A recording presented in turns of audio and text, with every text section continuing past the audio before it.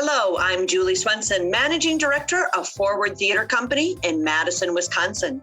And I'm Mike Fisher, Milwaukee-based theater writer and dramaturg. I'm Jen Uphoff-Gray, founder and artistic director of Forward Theater Company. And this is Theater Forward, a twice-monthly conversation about theater from a local, regional, and national perspective. From Madison to Manhattan, we're excited to share insight into our own company while exploring issues surrounding theater in the Midwest and around the country. Welcome to episode 61 of Theater Forward. All right, 61. So this is going to be our latest installment in our ongoing series of conversations with wonderful artists about the plays that stay, these productions that have really stuck with them over the years. Dr. Baron Kelly is an actor, director, and educator who has worked all across the United States. He's now a professor at UW-Madison, and we are lucky enough to have him direct our upcoming production of Mom, How Did You Meet the Beatles by Adrienne and Adam Kennedy. Well, I was thinking about this on the plane last night again. When I was 10 years old, I used to sing with the chorus during assembly. And I went to a very multicultural school, elementary school in Manhattan. And two of my friends, who Greek, were getting ready to audition for the Metropolitan Opera, the children's chorus. And I didn't know anything about the opera. My father listened to jazz records and all that. Anyway, so during, parent-teacher conference time, my mother came up and the teacher said there was an opportunity for me. And my mother came home and asked me if I wanted to audition and try out. And so all I knew is I wanted to be with my friends. I didn't know anything about the opera. So my mother put a little clip-on tie and a white shirt on me. And looking at Craig. And watch shower. And went down, stood in line with all the other children and parents. And then it was my turn to go in the room, and the great Zubin Mehta, the conductor, was in there with one of the rehearsal pianists. And they said, "What am I going to sing?" And I said, "I'm going to sing America." That's what I knew. And I sang the heck out of that song. 2 weeks later, I got a postcard in the mail saying that I had been accepted in the children's chorus with the Metropolitan Opera in New York City. And that's where the sawdust went up my nose for the theater.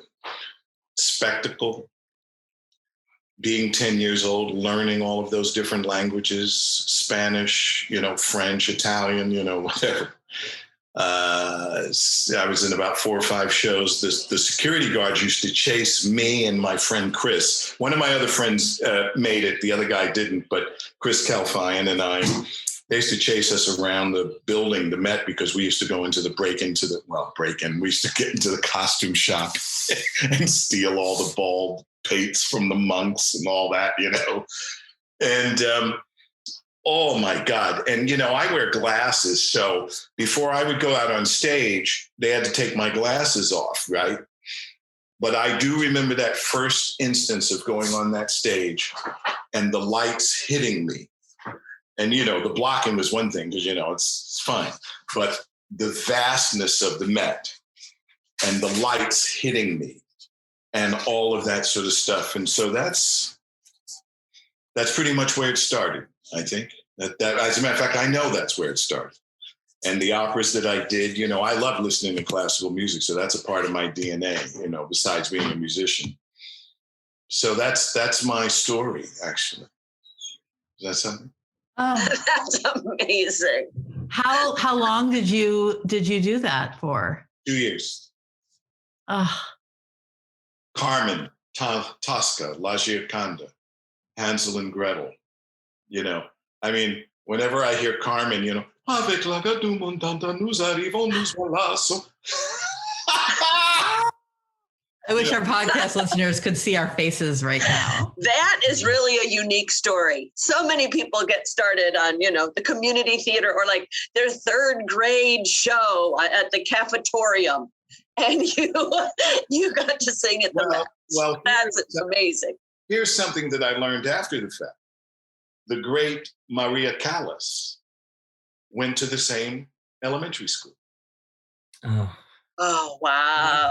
Because I was reading a biography about her, and she said she went to PS 189, and I was like, so that neighborhood at that time, was wonderful, with all of those different people and stuff, right across from the cloisters up in Upper Manhattan. Mm-hmm. Yeah. So That's believe me, I know how important the arts are.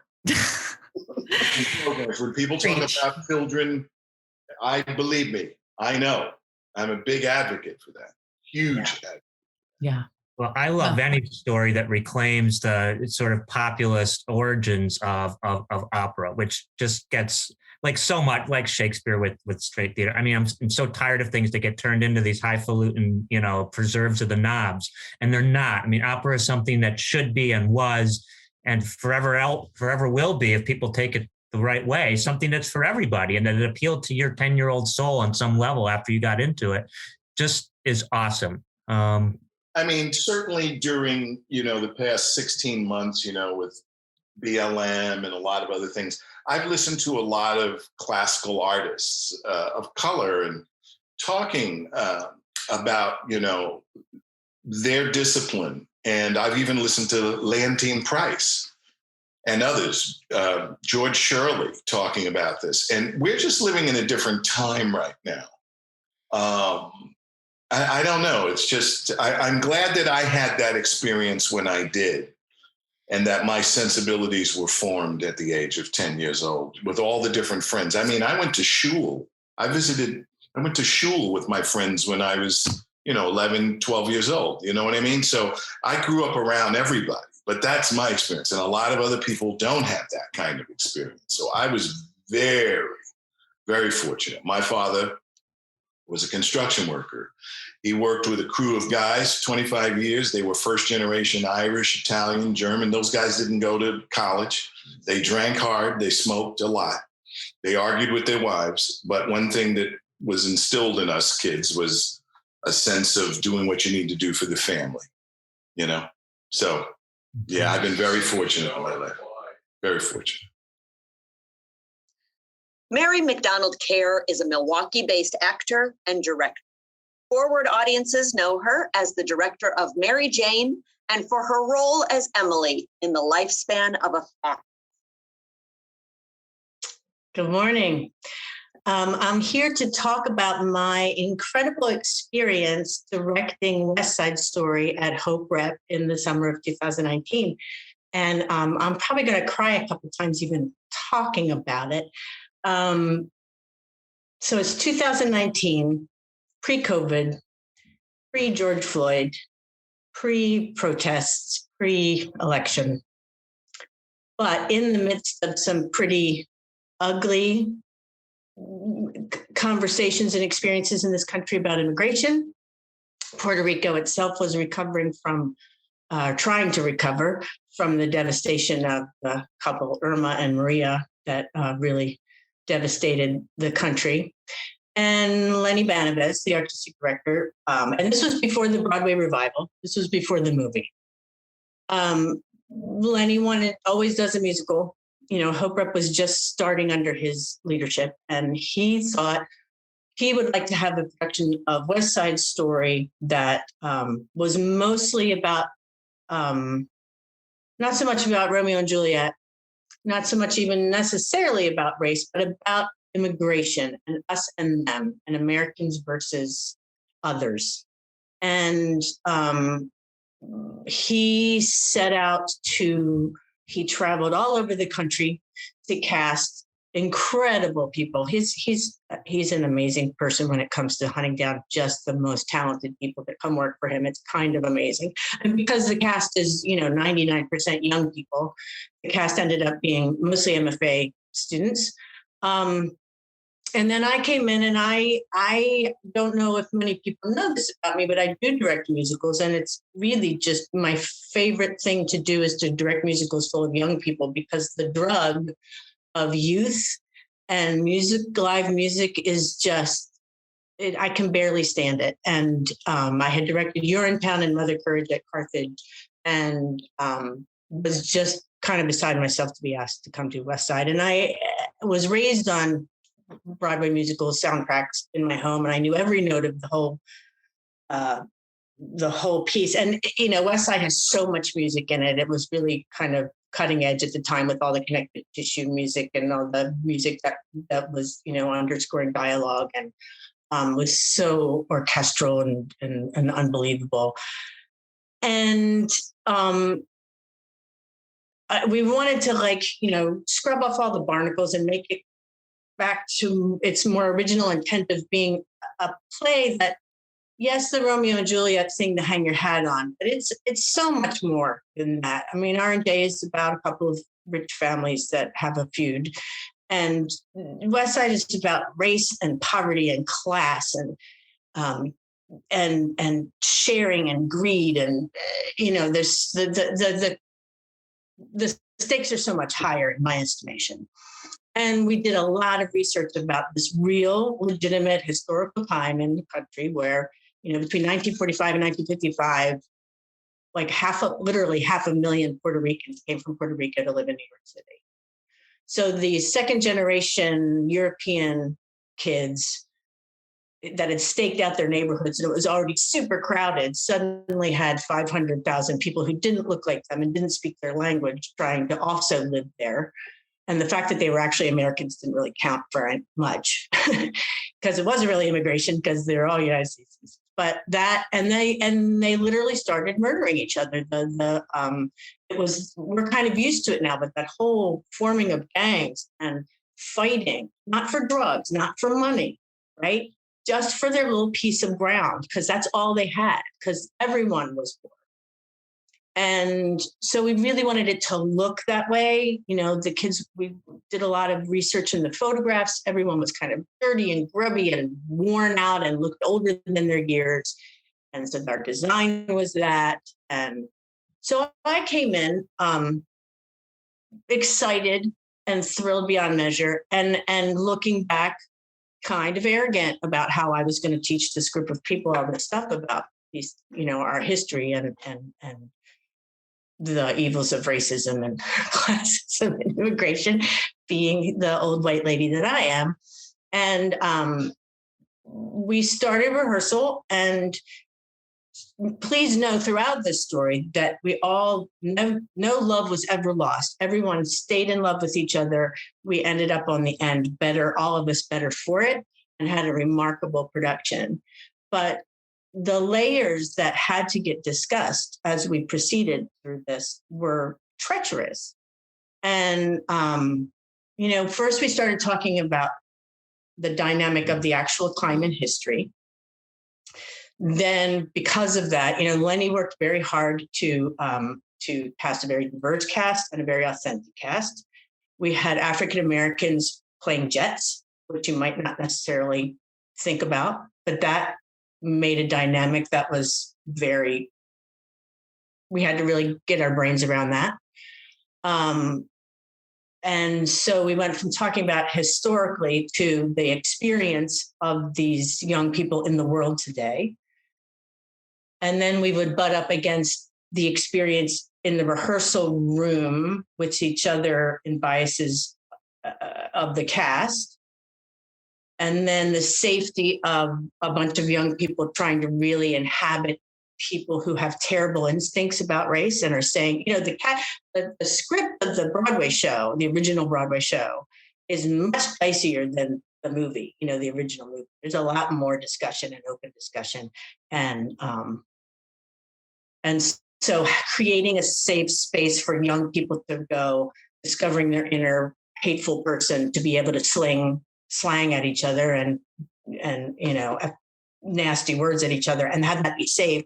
And then they needed to eat lunch together, and then maybe be in a different play together because it was in rep. And then the discovery of the things that I now cringe about, things that, I walked in the door going, I'm a fantastic ally, and I'm an old person who knows more than you. And and having to face stuff like that. And even in the moment I discovered some of my own stuff and was taught about my own stuff, but even now, 3 years later, I'll remember something and go, oh my God, And then the conversations of the race and theater, and what are the producer's obligations about picking pieces and casting, and how much power does a brand new baby actor at age 20 have when they see something or experience something that's uncomfortable? And can I raise my hand and say, this is what's happening? You probably don't know why this is a bad thing that's happening. And taking those kinds of chances and making sure that avenue is available. So we're having this, remarkable experience of all these different things. And I'll tell you just a couple tiny little specific examples, because I don't want to tell anybody else's story. So I'm not going to tell you about other things, but a couple tiny little examples were, there's an African-American young man who was a jet. And we had only 6 people in each gang, right? Because it's low money. So we didn't have enormous gangs. So the lines got doled out to the people who weren't actually in it. Then the people who weren't in it anymore, their lines were given out to the rest of the.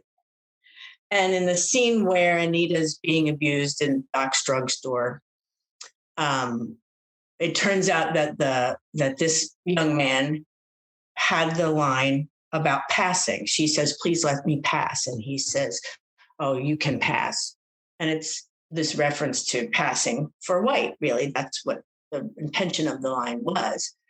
And he came to me and said, I don't want to say this line. It's so racist. And then several other people raised their hands and said, yeah, there's so many lines in this play that are so racist. And I was like, well, what we're trying to do here is be a mirror to the audience of this bad behavior, right? We want to amplify and show people these things so their familiarity with them strikes a chord. That, oh my gosh, we're still thinking this way, or oh my gosh, we're still treating people this way, or oh my gosh, I said that just the other day. And the young people were just like, no, we got to cut all the racist stuff. And at first I thought, oh, they're so naive, we need to do this. And then I thought, no, that is so hopeful. It's so hopeful that to them, the cure was so simple.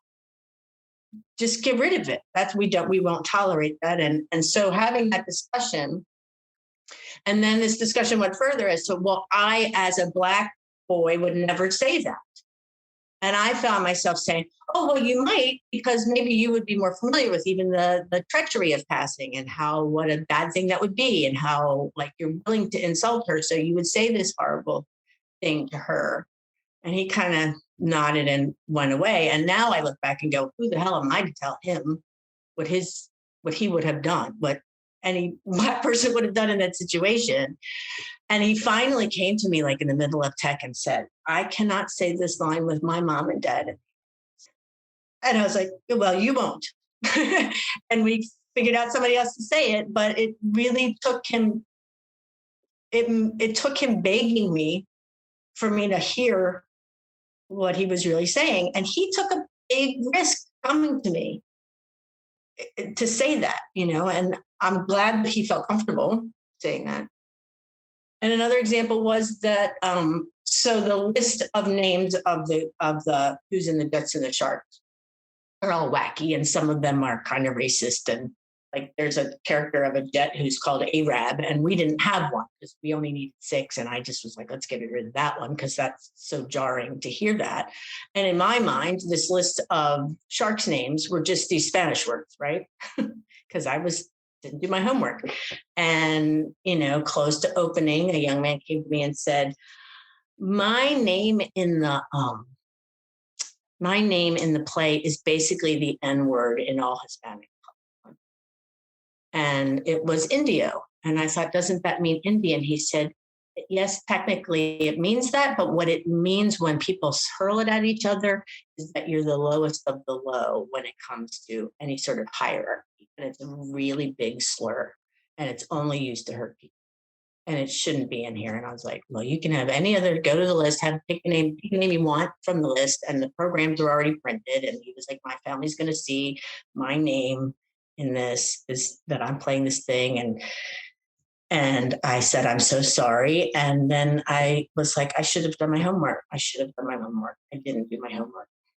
And there was some choreography in America about the bullets flying that was kind of lighthearted. And my director brain, as I was watching them learn that dance number, was, do they know it? Can they do it? We're under a time crunch. That 2 seconds went flying by. It was some of this lighthearted bullets flying. And somebody came to me and said, this fleeing, the bullets flying, we were fleeing like a revolution. It's kind of like, it was like a refugee situation where there was violence and people being murdered in a political revolution. So that kind of light treatment is hard. And so it's just little thing after another. And finally, the biggest thing that hit me was we were having a group meeting and we were talking about airing stuff. And there was a mention of the word authentic. And somebody said, well, we really appreciate that there's so much diversity and this is a chance to employ so many Latinx actors and everything. But you got to stop kidding yourself that this is in any way authentic, because it was really written by 3 old white guys, and I was like, and so not to take anything away from the beauty and the value of West Side Story. It is glorious, but it was really, I just learned so much. And in the midst of all this pain, we got to do West Side Story, right? We got to then have these conversations and then rehearse the Dream Ballet and sing There's a Time for Us with, 40 young kids. And I would just weep at the table and they would all laugh at me. So the whole experience was just phenomenal. And I have held them in my heart in the subsequent years since then of what's happening and how their young professional lives have been stalled, and hopefully things will be different and better when the machine gets up and running again. But I'll never forget it. I think that the rehearsal of the play allowed so much of that stuff just to seep into my pores in a way that intellectual conversation never would have. And it was truly a gift, Mary, thank you for sharing that. I mean, it's what we all strive for, right? It's not about doing everything right and knowing everything out of the gate. It's about being open to learning, mm-hmm. and carrying that learning forward.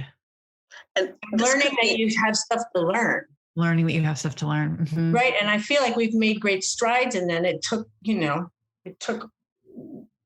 last year for people to finally get maybe thinking along those lines.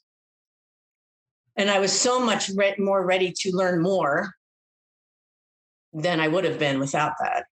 I wasn't. But it's also, the beauty for me is you're talking about preserving in the midst of this, in the way that it needs to be preserved, an older piece of our culture. There is a space for West Side Story. There's a space for the musicals you grew up on. There's a space for Shakespeare.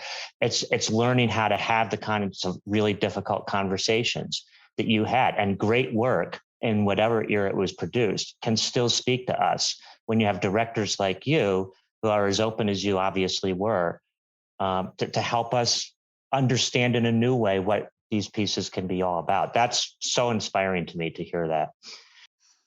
Yeah, Mary, I was surprised. I've seen you on stage for decades, and I love that this was the story you chose to tell. How wonderful! And I do think it's probably that could be a whole podcast of what do these older musicals, these older plays, how do they resonate with us now? How do our contemporary ears and hearts feel about it, and the value of doing that? Fantastic. Thank you. That was great to be able to tell the tale. Susan Sweeney is an actor and teacher and was a longtime vocal coach at American Players Theater. She's also well known for her work on Wisconsin Public Radio's Chapter a Day series. Welcome, Susan. Thank you very much. It's so wonderful to be here. So I want to share with you a rather extraordinary moment. I feel very blessed to have had this experience. I'm not quite sure what to call it, but we'll call it theater. And it was theater of a very particular kind. We had in the professional theater training program, which was both at the University of Wisconsin-Milwaukee and the University of Delaware, and from which many actors, people around here might recognize, did graduate and get their MFAs. I think it was 1996, we used to have a German director named Heinz-Uwe Haus, who would direct productions of Brecht for us, and in a way that few other than great German directors would understand doing Brecht. And this particular production was started at the school where I was teaching, and we then he raised all of this money to get it brought to Germany, and we performed. I then went in as Mother Courage for this production, and we performed it in the most extraordinary place that an anti-war play could ever be performed, which was this cruise missile base that had been a United States cruise missile base in southwestern Germany in a vacation area in the Hunsrück district, which was a gorgeous area of mountains and rivers. And we brought this production, this very strong anti-war production of Mother Courage, into that cruise missile base. And it was scenically about as extraordinary as you could ever imagine. So being involved just on that level was remarkable. We didn't have any money to make a big spectacle, but it was a spectacle done on a shoestring. He got this base, which had been vacant for a long time. He got it opened up for this occasion, for this production, which we ran for almost a month there daily. Nightly, and it was done about in a way that Brecht would have been proud of. The audience was not allowed in and kept in a pen and then allowed in. And as soon as they got in the gate of this extraordinary place,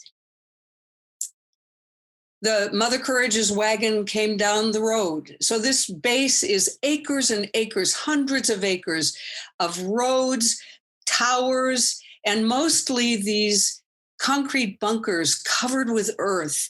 And in the interim of years, probably since that base had been occupied by the US military, the nature had taken over. So those bunkers were covered with garlands of yellow broom and lupin and all of these gorgeous pieces of the natural world coming to inhabit and cover up what had been there. He had hired artists to make paintings, and the paintings were draped off of these bunkers all through the base. The audience followed the action for the first half of the play. So we did the first scene in front of them, then Mother Courage's wagon takes off and they follow. And we ended up at another little building, and the next scene took place, and the next scene. And then finally, as the action begins to compress, there were scenes that were taking place outside of these concrete bunkers where the cruise missiles had been housed at one time. And they were hauntingly scary. And then there was one scene that took place in front of a bunker with the door closed. And as the scene ended the door, this huge clanking metal door raised. And the audience was directed to go through and into that tunnel.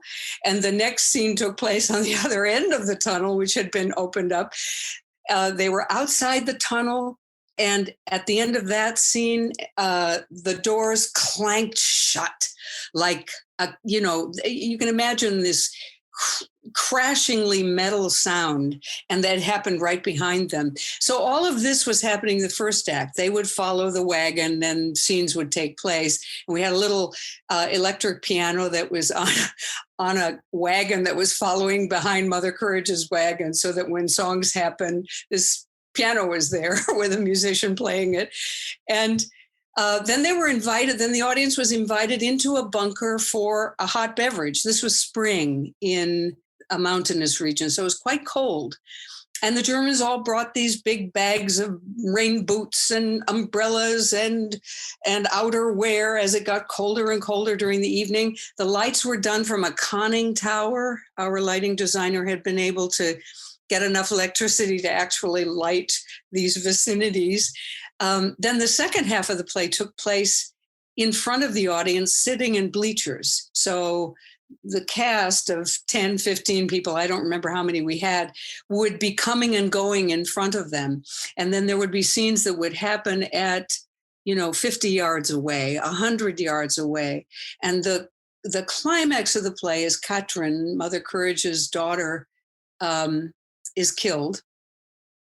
And Mother Courage, for anyone who might not remember this play, Mother Courage is a mercenary. She's following the armies, and she's making money off of whatever she can possibly make money off of. And that includes using her children in whatever ways she needs to do that. It's a horrifying character, and Uwe Haus understood how horrifying. So it was completely ugly. Katrin's death was done on the little bitty house that housed the warheads for the cruise missiles, the nuclear warheads. In that house, on the roof, you suddenly see Katrin standing, and there's a scene that goes on around that, and then there's a gunshot, and she falls off the roof, so that the audience can't see where she falls. She fell into a net. And then her body is scurried those 100 yards to in front of the bleachers where Mother Courage and her wagon are. And she's laid out on the ground. And Mother Courage, in a horrifyingly cruel scene, strips her body of clothing, shoves the clothing into the back of the wagon. And at that moment, maybe 150 yards away, the army is going by, and she screams, "Wait for me!" And she grabs the tongue of the wagon, and there's no one to haul it but her now, and takes off after the soldiers. And that was the end of the play. It was an extraordinary thing. And because it was not a spectacle that was done with any kind of trappings, it was done on a shoestring. It was really live theater somehow, even with those sort of cinematic elements going on. But I think the most extraordinary thing was how the place was somehow naturally beautiful. All this horror was going on in a place that had been protested for months by the German anti-war protesters. They were always out there when the Americans were there and all of the cruise missiles were there. There were protests every day, and some of them very, very ugly. And there was graffiti all over the walls of this compound. So it was both ugly and beautiful at the same time. And somehow the German audiences, I've never experienced audiences like that, even at APT, where the generosity is overwhelming. There was something about these people who would sit there it was a 4-hour production by the time all of this happened, would sit there and then rise for, standing ovations and 6 curtain calls and sometimes in the rain. So it was both learning that culture about theater, because we had seen plenty of theater while we were there, but it was also their response to something in not their language, but about as theatrically fascinating and compelling, I think, as you could possibly be with a topic that belonged somehow in that place. That's why I can't forget it. I'm not going to forget that story, Susan. No. Well, I was thinking of this in comparison with what I heard Laura say about the production work she saw in Russia, which was so theatrical and so subtle, gorgeously subtle. There was nothing subtle about this. Well, Brecht. Jim Pickering was talking about that. Those were theatrical moments that I would recognize as theatrical moments in my understanding. This was beyond. I've never experienced anything like this before it or after it. The imagery of the flowers, like, as soon as you start talking about that, I just kept thinking, I grew up with, hippie parents, right? So where have all the flowers gone, and the gravestones go back to flowers at the end. Yeah, that's all I could think of from the moment you said that. I'm just thinking perfect. Yeah, just we need a good production of this play in Wisconsin so bad. I mean, I've been lobbying Brenda at APT about this forever, and it's such a great play. And we'll never do something that's as good as what you just described, but I'll take anything that's a step up from the productions I've seen, which just don't capture even a fraction of what you've just described. You've given me goosebumps. Well, and what Uwe Haus understood about Brecht was how ugly it could be, and then suddenly how heartbreaking. It was extraordinary to be working with a director like that so got all of that meshed together. It was really beyond anything I've ever experienced. So Joe Hanreddy is well known to Wisconsin audiences as a director and adapter who has done long stints as artistic director of both Madison Rep and the Milwaukee Rep. Forward audiences will know him, having made his directorial debut in this crazy pandemic year with his direction online of Lifespan of Effect. Well, the theme is the play that stayed. So I have been fortunate to lived a long time and seen a lot of plays and traveled and seen a lot of things. But I thought I would go maybe all the way back to almost the first play I ever saw. And that was fairly late in life. I actually didn't see a play until I was 20. And out of high school, and theater had not been part of the culture of my family. All I knew really about the theater was watching movies about plays like All About Eve and things like that. So it didn't seem like something that really I might connect with. But I was taking some night school classes, trying to stay out of getting drafted to Vietnam, and doing various jobs in the San Francisco Bay Area where I grew up. And a guy I was working for, who was doing renovations in buildings in San Francisco and in Berkeley, and I was mostly just cleaning up the job site and trying to keep going. One day said, "How would you like to go to a play?" My wife and I have tickets to a play at the Gary Theater, and we can't go, and I can't find anybody else to go. Why don't you find somebody and go see this play? Well, I didn't know anybody to take, but and I had only seen one other play, and it had been at the Gary Theater, and it was a traveling production of a murder mystery called Hostile Witness, featuring Ray Milland. And the only reason we went to see that play is my Uncle Jack had come back from Texas, who had done very well and wanted to show my mom, his sister, a good time in San Francisco. So we went to a fancy dinner and a play. Nobody knew anything about it. It was the most artificial thing I'd ever seen. But I was kind of amazed at the power of Ray Milland standing in front of a whole bunch of people and commanding, 900 people. I have to say I was impressed with that. But when I went to see the second play, it was in the first season of the American Conservatory Theater at the same theater, the Gary Theater. And so I went and I gave my extra ticket to somebody that I saw in the student line, and she was a theater student, and we talked. And I learned from her that the final E in Tartuffe was not pronounced. And I also learned from her that how to pronounce the name of the leading actor, who I learned was René Auberjonois.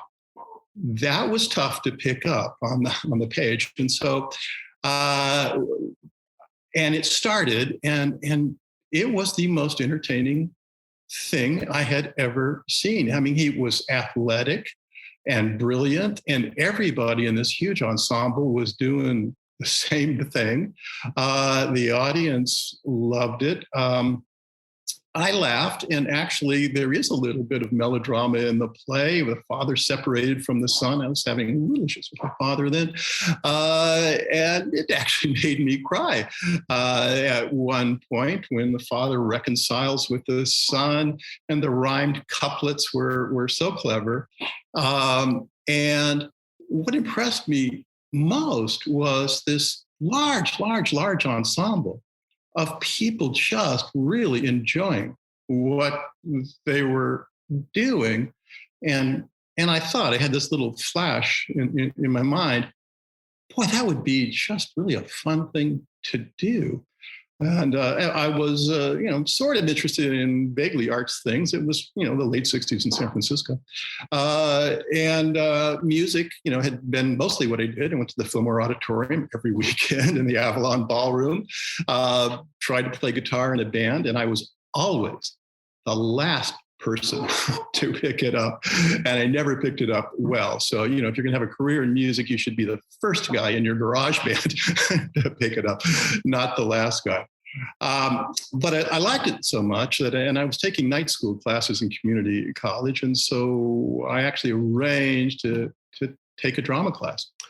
I actually was one of the first ones to pick it up when we were doing scenes and things. And I felt quite comfortable. And I had enough classes that I could get into the student rush my line myself. And I wound up seeing all of those plays at ACT. And eventually had saved enough money to actually go to a real college for my last couple of years. And I, went to a school that San Jose State, which actually California State colleges to go to for theater with a lot of, well-known grads. And that sort of took step by step, changed my entire life and put me on the path that, some 55 years later, I'm actually telling the story to you.